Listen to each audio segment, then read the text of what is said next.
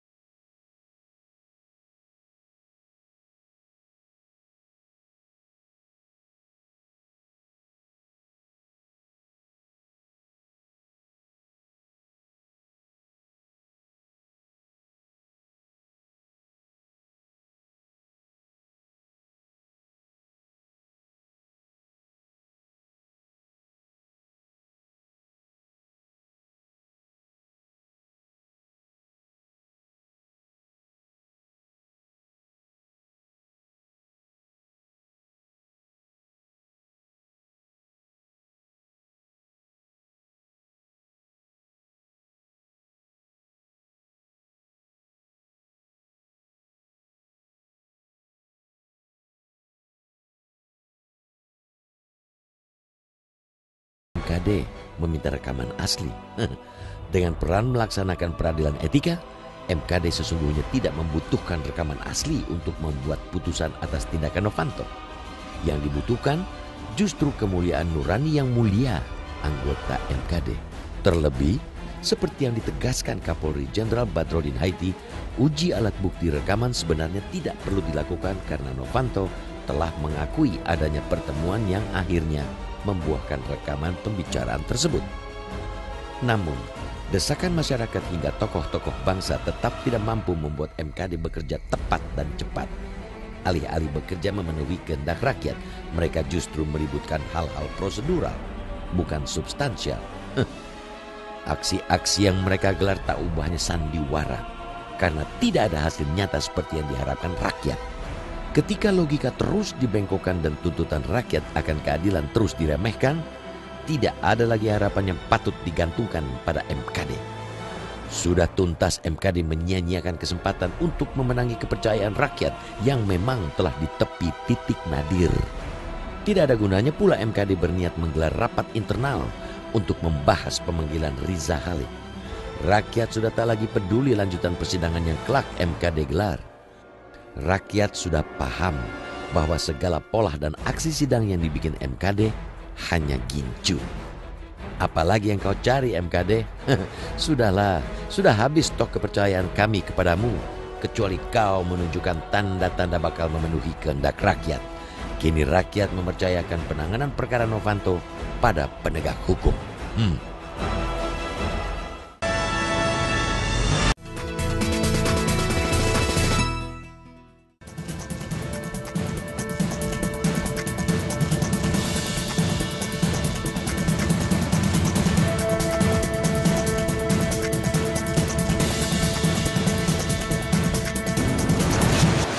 Pemirsa, alih-alih membahas substansi, Mahkamah Kehormatan Dewan justru kembali mempermasalahkan bukti rekaman. Kemarin mereka menuju ke Kejaksaan Agung untuk meminta bukti rekaman percakapan yang dimiliki dari handphone Presiden Direktur PT Freeport Indonesia Ma'ruf Syamsuddin yang memuat rekaman percakapan antara Ketua DPR Setia Novanto dengan pengusaha Riza Khalid. Nah, inilah yang akan kita bahas, apa konsekuensi dan implikasinya jika proses di MKD ini terus berlarut-larut begitu. Bersama sejumlah narasumber yang sudah ada di Cafe Bicara Pagi. Sebelumnya kami akan ajak Anda untuk melihat informasi pengantar berikut terlebih dahulu.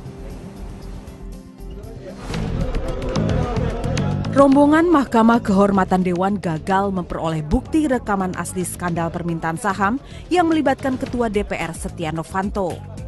Rekaman tersebut saat ini menjadi barang bukti di Kejaksaan Agung. Rombongan pimpinan MKD yang mendatangi gedung Kejaksaan Agung antara lain Ketua MKD Surahman Hidayat, Wakil Ketua MKD Sufmi Dasko Ahmad, serta Junimat Girsang. Wakil Ketua MKD Junimat Girsang tidak bisa menyembunyikan kekecewaannya karena MKD tidak bisa mendapatkan barang bukti yang diminta. Junimat mengatakan Kejaksaan Agung tidak bersedia menyerahkan bukti rekaman percakapan asli dalam handphone milik Presiden Direktur PT Freeport Indonesia Ma'ruf Syamsuddin. MKD telah menyerahkan surat resmi permintaan bukti rekaman, namun Kejaksaan Agung tidak memberikan dengan alasan atas permintaan Ma'ruf Syamsuddin. Percakapan dengan Pak Jampitsus tadi, ya, bagi kami tidak mengagetkan. Pak Jampitsus menyerahkan surat pernyataan dari Pak Ma'ruf Syamsuddin yang mengatakan bahwa Pak Ma'ruf tidak bersedia apabila barang bukti yang beliau serahkan kepada Kejaksaan Agung ini dipinjamkan kepada siapapun. Beliau membuat surat pernyataan di sini, kami sudah minta kopinya, ya, kami sudah minta kopinya. Suratnya tertanggal 8 Desember 2015, ya, berarti hari Selasa. Sementara untuk memperkuat bukti rekaman pertemuan Ketua DP pengusaha Riza Khalid dan Presdir PT Freeport Indonesia, Kejaksaan Agung memeriksa kamera pemindai atau CCTV di Hotel Ritz-Carlton di kawasan SCBD Jakarta. Aparat dari Kejaksaan Agung Kamis kemarin mendatangi manajemen Hotel Ritz-Carlton di Pacific Place. Di tempat inilah Setia Novanto menggelar pertemuan dengan Ma'ruf dan melibatkan pengusaha minyak Riza Khalid. Pertemuan berlangsung pada 8 Juni 2015. Saat itu Ma'ruf merekam pembicaraan mereka bertiga. Dari rekaman menunjukkan adanya dugaan pencatutan nama presiden dan wakil presiden untuk memuluskan perpanjangan kontrak PT Freeport Indonesia. Untuk memperkuat bukti rekaman yang telah diserahkan Ma'ruf ke Kejagung, Kejaksaan memerlukan bukti pendukung seperti rekaman CCTV dan bukti booking tempat pertemuan.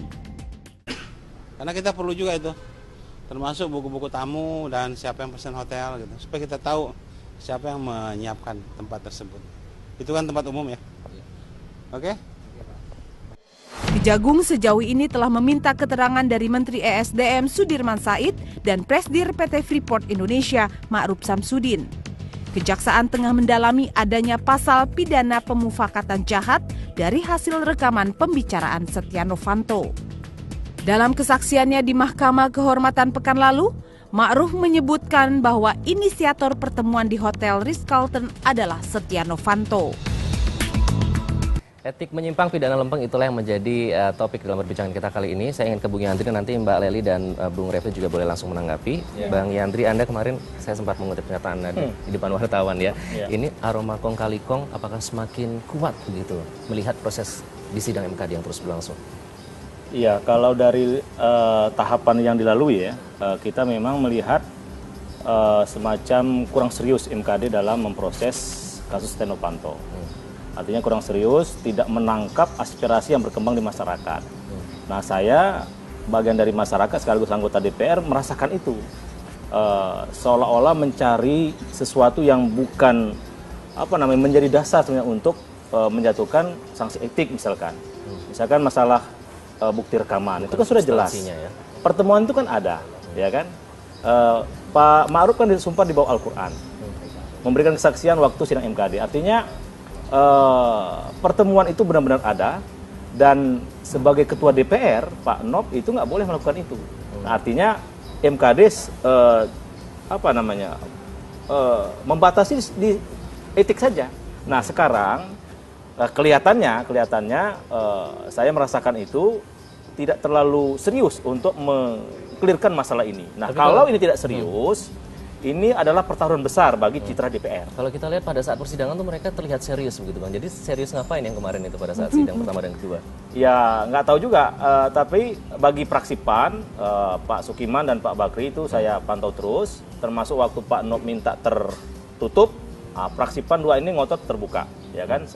Terus sikap praksi PAN sudah jelas, ini akan dibuka seclear-clearnya, seterang-terangnya kami akan mengikuti aspirasi yang berkembang di masyarakat sesuai dengan nurani, karena ini ada menyangkut, saya bilang tadi, karena kami adalah wakil rakyat, tentu kami ingin mendengar apa kata rakyat.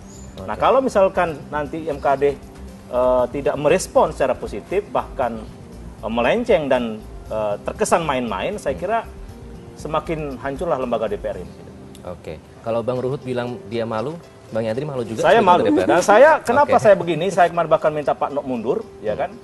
Saya ke dapil di Serang Cilegon itu, waktu pilkada kemarin, saya juga termasuk yang tertuduh. Pak, Bapak minta saham ya? Enggak, saya bilang itu bukan saya. Tapi kan nggak mungkin saya jelaskan satu persatu kan ke masyarakat kan? Betul. Atau keluarga atau ke pemilih saya. Nah, cara yang paling tepat adalah... Mungkin dipikirnya Bapak minta saham yang lain mungkin. Enggak, cara yang paling tepat adalah MKD, ini momen yang paling pas. Untuk membersihkan semua citra DPR selama ini yang memang terkesan buruk, dan memang ada pelaku buruk itu, ya kan? Nah, apalagi ini top pimpinannya, ketua DPR langsung.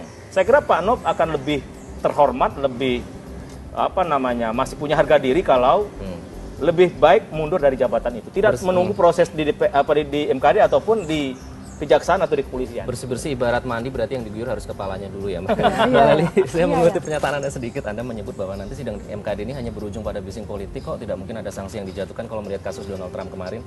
Seperti itu? Jadi begini, pertama memang asumsi bahwa MKD itu adalah orang-orang yang akan mengadili temannya sendiri atau jeruk makan jeruk. Itu kan berlaku umum ya, berlaku umum, dan itu tidak akan mungkin mereka legalisasikan seperti itu. Yang saya menjadi catatan saya justru adalah bahwa ini kegagalan komunikasi politik bagi mereka-mereka yang menyatakan diri sebagai wakil rakyat untuk menjalankan fungsi keterwakilannya. Jadi bukankah komunikasi politik itu sebenarnya bukan bersifat linier, tapi ada artikulasi dalamnya yang bersifat interaksional. Nah, ini menunjukkan bagaimana ketidakberpihakan mereka sebagai wakil rakyat yang menjalankan fungsi keterwakilannya. Meskipun mereka dibungkus dengan jubah yang sangat mulia tadi, dari yang terhormat kemudian yang mulia berjubah hakim. Padahal sebenarnya kalau untuk disebut yang mulia berhenti aja di hotel mulia, yang mulia turun gitu kan bisa ya. Jadi bahwa kemudian komunikasi politik yang berlangsung di dalamnya itu justru menunjukkan bagaimana bisa mereka mengadili sebuah etika politik. Sedangkan jalannya proses saja itu sudah menunjukkan ketidakmampuan mereka melakukan fungsi-fungsi dalam etika komunikasi politik seperti itu. Jadi cara mereka mempertukarkan literasi politiknya, pesan-pesan politik antara pelapor, saksi, dan kemudian mereka yang menyebut diri sebagai yang sangat mulia tadi sudah menunjukkan betapa dangkalnya pengetahuan politik para hakim di Mahkamah Kehormatan Dewan itu. Jadi kegagalan ini kemudian dipertontonkan lagi dengan ketidakmampuan mereka untuk mencegah Pak Setia Novanto untuk tidak secara terbuka juga dalam mengadili Pak Setia Novanto. Ini kegagalan kedua menurut saya. Nah, ini padahal di dalamnya itu adalah orang-orang yang melupakan dirinya bahwa mereka itu bukan mewakili partai lagi di sana. Itu yang terjadi. Jadi saya selalu mengatakan komunikasi antara yang memilih dan yang dipilih itu selesai ketika yang dipilih itu terpilih. Jadilah mereka orang dengan tampilan baru, dengan gaya berkelas baru. Dan itu menjadi sebuah ajang pamer bagi mereka bahwa saya ini dekat loh dengan siapapun. Padahal menurut saya ya, tanpa harus ada kalimat Bapak Jokowi 11% atau 9% untuk Pak JK, semua kalimat di transkrip yang dibuka di televisi itu sudah menunjukkan ketiadaan etika itu. Sudah terang benderang. Jadi ajang kedekatan yang penuh, tenang aja Pak Presiden kita atur dan sebagainya, itu sudah menunjukkan ketiadaan etika. Guyon aja Mbak Lely. Kalaupun guyon, itu sudah menunjukkan bahwa saya ini bisa menyelesaikan segala-galanya. Dan ini menurut saya adalah soal bahwa fungsi keterwakilan itu tidak mereka bisa jalankan. Oke, baik Bung Refli, apa yang terjadi dengan MKD? Dipermasalahkan lagi bukti rekaman sampai meminta ke kejaksaan. Saya khawatir begini, ada pergerakan-pergerakan ya untuk kemudian lama-lama membebaskan yang bersalah. Saya tidak mengatakan bahwa Setia Novanto pasti bersalah ya. Yang paling penting adalah sidang MKD itu harus dilakukan secara genuine. Jadi tidak boleh genuine itu adalah memang berusaha untuk mengungkap kebenaran fakta yang sesungguhnya ya. Jadi bukan diupayakan untuk kemudian membebaskan misalnya dengan triki tertentu. Saya langsung ingin share begini. Hati-hati kalau dengan mekanisme yang ada sekarang ini. Sebagai contoh misalnya masyarakat menuntut pembentukan panel. Panel itu akan dibentuk kalau kemudian ada dugaan pelanggaran berat. Nah, ketika kemudian ada dugaan pelanggaran berat, maka kemudian panel akan dibentuk, kan begitu.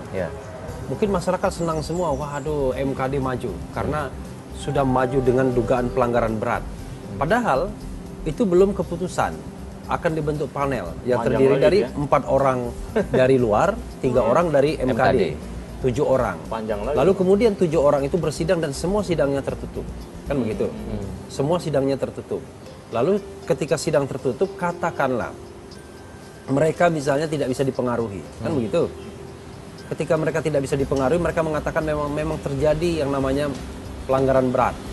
Sanksinya adalah pemberhentian. Tapi itu pun tidak final. Dilaporkan kepada MKD dan MKD melaporkan kepada paripurna DPR. Paripurna yang akan menyetujui dan tidak menyetujui pemberhentian tersebut. Kalau paripurna tidak menyetujui pemberhentian tersebut, maka selamat semua. Jadi walaupun dikatakan melakukan pelanggaran berat, tapi tidak diberikan sanksi dan tidak juga diberhentikan jadi pimpinan. Itu satu skenario. Skenario berikutnya bahkan sudah bebas di yang panel 7 tersebut, misalnya menguasai 4 saja. Panel mengatakan tidak terjadi pelanggaran berat, case close, selesai. Maka kemudian bebas juga. Siapa yang menjamin tidak ada titipan di 4 orang dari masyarakat ini ya? Ya tidak hanya masyarakat, bisa saja 3 MKD diambil, kan MKD kan dipilih dari dan oleh anggota MKD yang 3-nya. Lalu kemudian masyarakat 4, itu sendiri nanti akan ribut ya, 3 MKD. Karena itu saran saya adalah kalau misalnya MKD memang mau genuine, tidak ingin membelokkan kemana-mana, kalau dan memang sudah yakin bahwa ada kesalahan, kalau yakin ada kesalahan, maka harus diberikan dulu sanksi sedang. Jadi sanksi sedangnya itu bisa diketok palu sendiri oleh MKD dan itu final, mengikat, ya. maka kemudian sanksi sedangnya memberhentikan dari pimpinan. Itu sanksi sedangnya. Tapi menurut saya MKD bisa bergerak maju. Kami sudah menjatuhkan sanksi sedang dan kami juga merekomendasikan pembentukan panel karena ada dugaan juga sanksi berat. Ya, untuk sanksi berat, dugaan pelanggaran berat. Jadi silakan panel itu bekerja untuk menentukan nasib keanggotaan misalnya Setia Novanto sebagai anggota DPR, tapi sebagai pimpinan DPR sudah diberhentikan. Karena sanksi sedang sudah dijatuhkan. Tapi kalau sanksi sedang tidak dijatuhkan dan langsung lompat pada sanksi yang berat, bisa jadi bebas semuanya. Nah, ini yang saya tidak tahu apakah disadari atau tidak oleh anggota MKD, ya. Atau jangan-jangan memang mereka sudah sadari dan skenarionya ke sana. Tapi sekali lagi ya, Bapak Ibu-ibu di sini, saya pribadi tentu tidak ingin mengatakan bahwa Setia Novanto pasti salah, ya. Ya, kita tidak boleh juga begitu. Karena ini berlaku kepada siapa saja yang di MKD-kan. Cuma kalau kita lihat ya, persidangan yang sudah berlalu dengan 3 pemeriksaan ini, baik itu teradu, pengadu maupun saksi Ma'ruf Samsudin, saya mengatakan sebenarnya pelanggaran itu sudah terjadi. Cuma sekarang ya tinggal mengklasifikasikan apakah ini sedang dan berat. Karena kalau ringan lagi rasanya tidak mungkin karena ini sudah kedua kalinya. Kedua kalinya. Nah, sedang diklasifikasikan sedang atau berat. Kenapa begitu? Pertama, pertemuannya itu sendiri tidak dibantah dan memang terjadi. Kan tidak ada bantahan pertemuan itu. Padahal bukan urusan ketua DPR untuk bertemu seperti itu.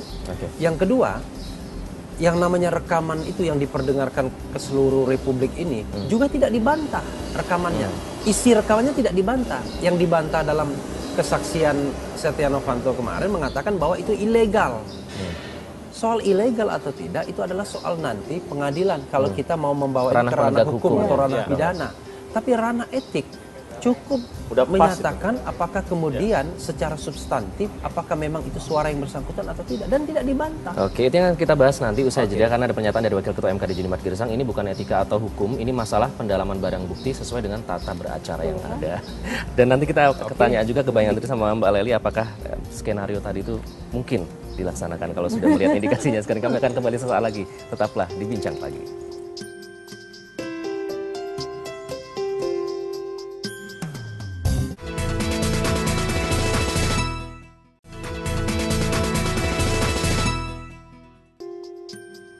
Anda kembali di Bincang Pagi, pemirsa. Etik menyimpang, pidana lempeng, itulah yang menjadi topik dalam perbincangan kita kali ini. Bang Yandri tadi, Bung Refli sudah memaparkan skenario-skenario yang mungkin terjadi yang berujung pada toh mental juga nanti tidak terkena juga Setia Novanto. Ada melihat ini mungkin?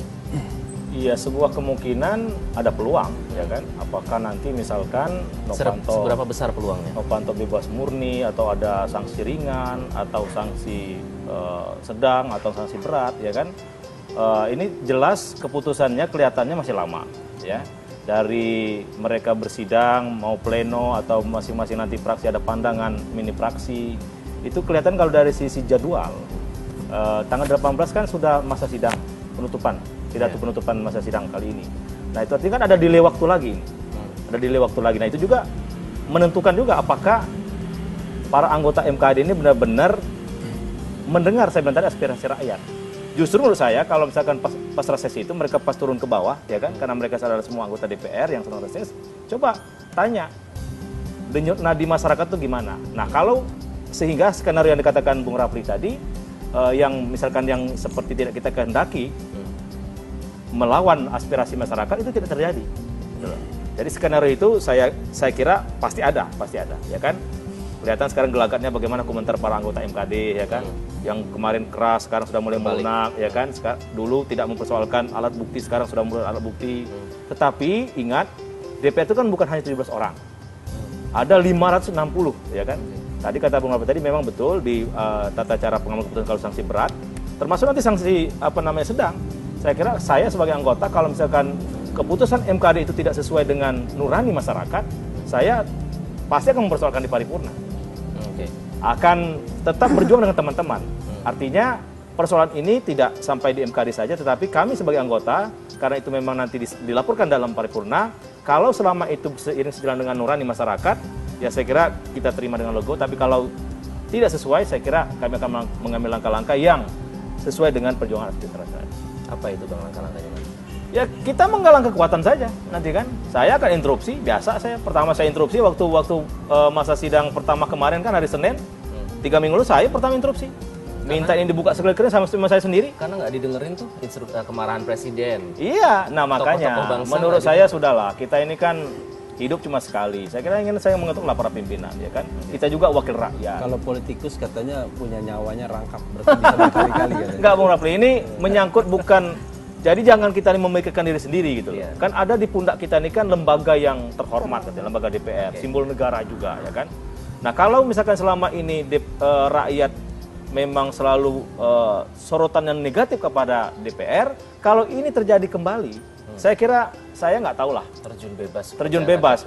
Ditambah lagi misalkan legislasi kurang, lain kurang, ya kan. Tapi konsisten Bang, jangan masuk angin kayak nanti yang. Oh enggak, kalau saya insya Allah enggak lah. Di paripurna nanti. Saya enggak lah, saya insya Allah sesuai dengan nurani rakyat lah. Kalaupun masuk angin betul, sakit. Bukan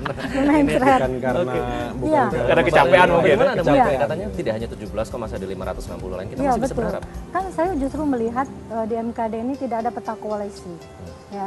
Seandainya ada, justru pada saat ini yang dibutuhkan sebenarnya gitu kan, peta koalisi itu pemerintah bisa menang, yang posisi pemerintah maupun posisi koalisi merah putih misalnya. Dulu kan janji koalisi merah putih itu adalah memperjuangkan segala kepentingan rakyat dan segala sesuatu yang terjadi di pemerintah. Itu masalah voting mungkin belakangan, tapi itu dulu yang terbungkus di image politik mereka, seharusnya kan seperti itu.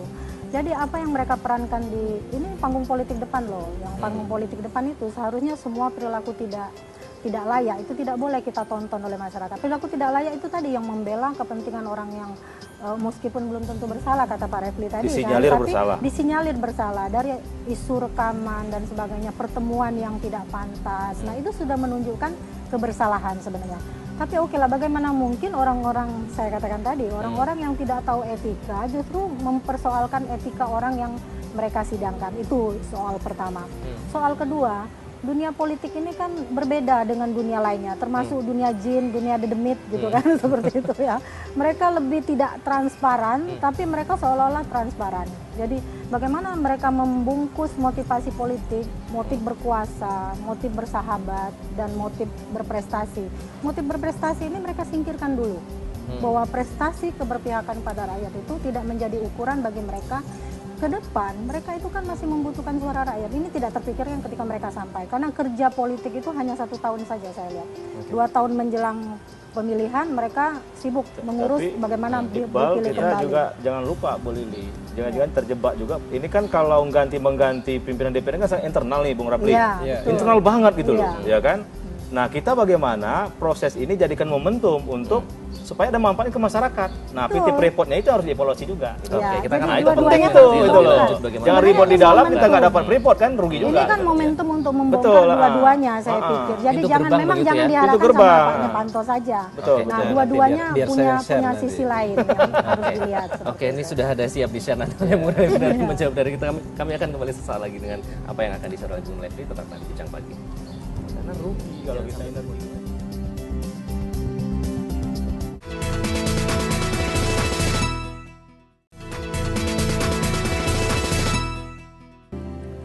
Ya, Anda kembali di Bincang Pagi, pemirsa. Bung Refli, kalau tadi kita sudah mendengar pendapat dari Bang Yandri dan juga Mbak Leli, sudah 3 kali sidang begitu. Kita melihat kemudian kemarin mempermasalahkan bukti rekaman. Kalau kita melihat ini sepertinya berliku sekali memproses kasus Setia Novanto ini akan kemana? Iya, ini yang sebenarnya agak mengherankan ya. Mereka lupa bahwa yang namanya yang sedang diproses itu cuma pelanggaran etik saja. Pelanggaran etik itu ya tidaklah serumit seperti misalnya pelanggaran pidana atau tindak pidana. Kalau tindak pidana misalnya harus didampingi pengacara dan lain sebagainya karena ada konsekuensi pada hukuman badan, ya, ada sanksi-sanksi pidananya. Kalau ini sanksi terberatnya pemberhentian. Jadi pemberhentian itu ibaratnya kalau kita manusia starting from zero lagi, kita tidak menjadi apa-apa. Tapi kita tidak dikurung kan begitu, tidak menghilangkan kebebasan kita atau hak asasi manusia kita. Nah karena itu menurut saya terlalu bertele-tele dan berlebihan ketika kemudian mau cek forensik misalnya, lalu kemudian konfirmasi dan lain sebagainya ke kepolisian. Padahal yang namanya fakta dan data yang ada itu tidak dibantah. Kapolri menyatakan juga tidak perlu ada uji forensik itu ya. Karena tidak dibantah, kecuali kalau itu dibantah. Pertama, pertemuannya kan tidak dibantah.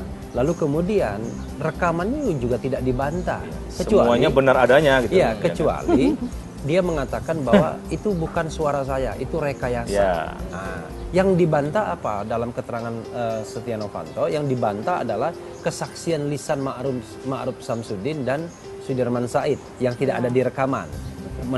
Menurut Setia Novanto itu bohong semua dan lain sebagainya. Kalau itu yang terjadi kan tinggal di cross check.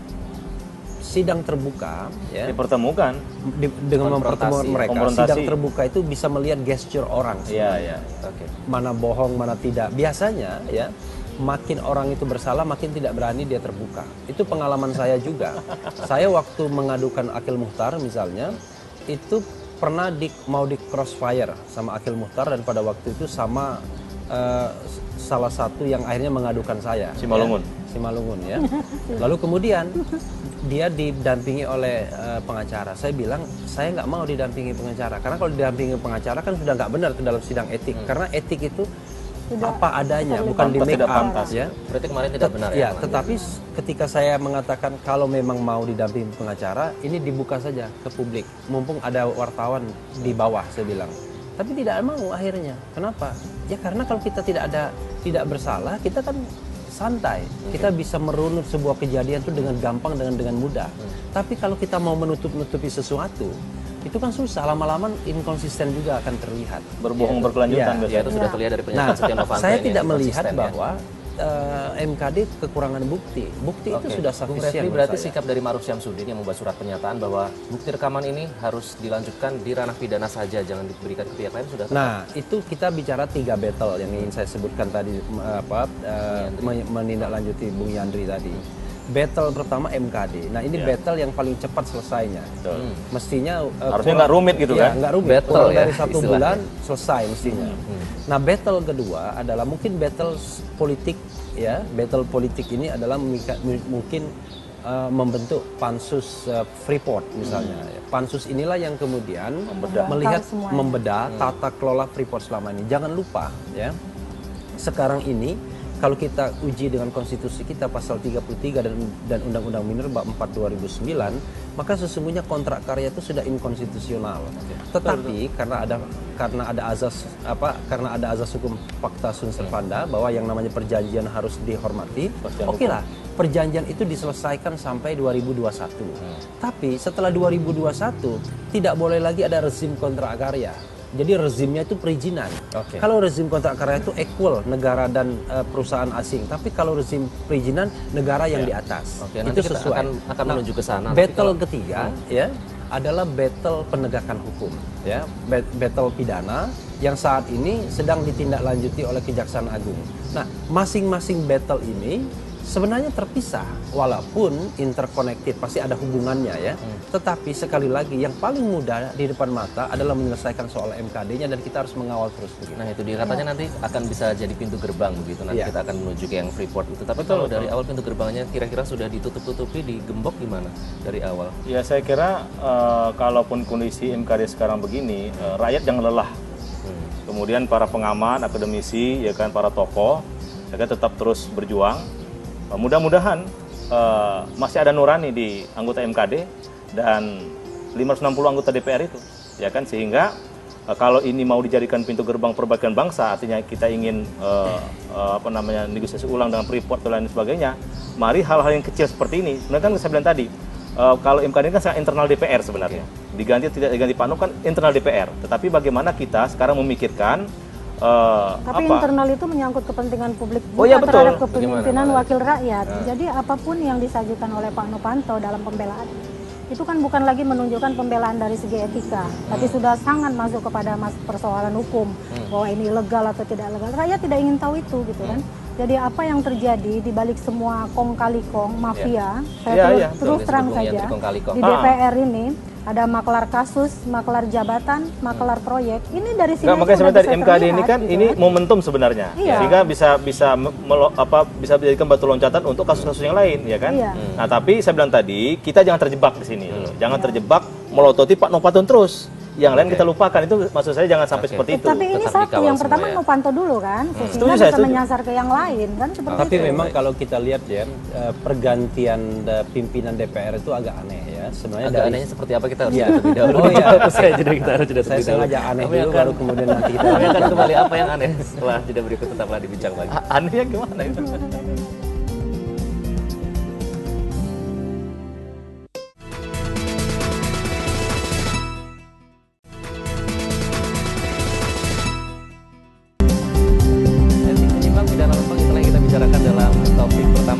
Saya ingin ke Bung Refli, tadi kita sudah sampai di segmen terakhir. Kalau Anda sebut aneh tadi, apakah kita masih bisa percaya kepada MKD? Bukan, jadi begini, saya ini dalam perspektif hukum tata negara yang saya pahami ya.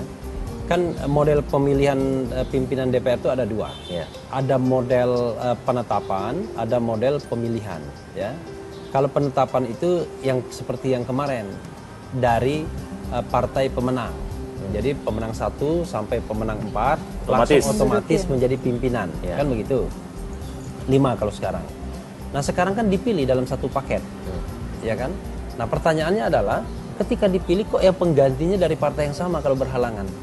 Nah itu menarik gitu. Kalau kita berdasarkan undang-undang 17/2014, kalau misalnya Setnov ini diundurkan, dicopot, maka yang menggantikan dari Partai Golkar. Begitu. Padahal ini dipilih. Jadi prinsipnya itu bukan jatah partai. Beda sama yang Marzuki Ali kemarin, jatah partai. Jadi ketika PAN meninggal kalau tidak salah pimpinannya, betul, digantikan Taufik Kurniawan, itu betul. Karena memang jatah partai. Kalau ini bukan jatah partai, ini adalah pemilihan dari dan oleh anggota dengan sistem paket. Nah, ada lagi sistem paket. Kalau pakai teori, mestinya ketika sistem paket ini begitu satu hilang, maka hilang semua mestinya. Kocok ulang gitu. Iya, karena sistem paket, kecuali pemilihannya satu-satu. Masalahnya adalah kocok ulang itu tidak terwadahi dengan Undang-Undang MD3, Undang-Undang 17/2014. Nah ini aja, tapi by teori aneh. Harusnya penggantinya itu dipilih kembali, bukan langsung ditunjuk oleh dari partai itu. Kita kembali ke kasus ini, Novanto ini, bagaimana kita, apakah kita masih bisa percaya kepada MKD kalau dibelok-belokkan? Masalah kita adalah bukan percaya dan tidak percaya lagi. Kita harus battle ya. Jadi betul-betul sudah mulai skeptis tapi publik. Iya, tetapi publik harus tetap menjaga. Ya, salah satunya misalnya skenario seperti yang saya katakan tadi itu harus disadari. Jangan kemudian publik senang ketika dibentuk panel dengan dugaan pelanggaran beratnya. Karena untuk dikonstatasi sebagai pelanggaran berat harusnya MKD sudah menyimpulkan adanya pelanggaran sedang. Itu satu ya, tuntutannya. Lalu kemudian tuntutan yang kedua adalah rasanya tidak mungkin lagi pelanggaran ringan. Karena ini sudah kedua kalinya berulang. Sehingga kalau misalnya dikonstatasi sebagai pelanggaran ringan, itu publik mestinya tidak menerima ya. Yang ketiga adalah ya kita keep on eye terhadap anggota-anggota MKD ini. Bila perlu kita runut satu-satu statement mereka. Ya, mulai dari statement yang keras sampai kemudian tiba-tiba kok jadi lunak. 17 orang itu mana yang berubah, shifting, inkonsisten. Ya? Inkonsistensinya terjadi. Biasanya kalau sudah mulai masuk angin itu pernyataannya tidak keras banget biasanya. Kalau sekeras-kerasnya itu belum masuk angin biasanya. Tapi kalau sudah masuk angin sudah mulai melemah biasanya. Ya. Nah, itu bisa dilihat dari pernyataan-pernyataan. Karena beliau kan bukan MKD, ya kan? Nah, dan pasti belum masuk angin kan? Yang jelas dua PAN insya Allah nggak masuk angin. Gitu. Tapi kan di politik itu kan yang kebanyakan terlihat konsisten untuk tidak konsisten. Nah, saya tambahkan sedikit saja. Ya. Jadi begini, kalau kita bicara dua kelompok yang besar ini, so-called katakanlah partai pendukung pemerintah, ya, dan tidak bisa dimungkiri, dan kemudian KMP yang masih mau merekatkan dirinya dengan pertemuan tokoh-tokoh kemarin, maka sebenarnya yang paling berbahaya itu adalah pemain-pemain bebas di antara 17 itu. Ya, betul. Nah, pemain-pemain bebas ini bisa menentukan hasil akhir. Jadi golnya di injury time. Nah, ini yang bahaya. Mbak Leli, catatan Anda sedikit. Jadi pemain bebas tadi kan dia menentukan arah mata angin politik tadi. Tergantung kepentingan yang akan terbungkus nantinya. Tapi pesan saya kepada anggota MKD ini, sekarang itulah mereka harus menjaga marwah DPR di tengah keterpurukan kepercayaan publik yang DPR ini benar-benar loh nomor 1 yang tidak dipercayai loh sekarang ini. Jadi ini pertaruhan yang tidak kecil menurut saya. Ini dimulai dari kasus Pak Setia Novanto ini. Lalu nanti kita juga bertanggung jawab untuk menyelesaikan persoalan Freeport ini, baik pengamat, anggota DPR itu sendiri maupun para sudah mengakui juga Bung Yandri ya, sudah terjun bebas kepercayaan masyarakat ya. Baik, terima kasih Bung Yandri, Mbak Leli, Bung Refli sudah hadir. Kita harapkan nanti kinerja MKD akhirnya mendengarkan rakyat ya. Insya Allah MKD masih punya hati nurani lah. Masih ya, meskipun agak susah ya. Ini nanti juga akan dibicarakan dalam Budak Editorial Media Indonesia dalam cukup mengangkat tema yang menarik, apalagi yang kau cari MKD bersama Leonard Puitis banget. Asal jangan MKD itu mereka kok dipercaya. Iqbal dan pemirsa tetaplah bersama kami. Selepas jeda berikut saya akan segera membedah editorial yang pagi ini seperti tadi kata Iqbal diberikan judul apalagi yang kau cari MKD. Tetaplah bersama kami.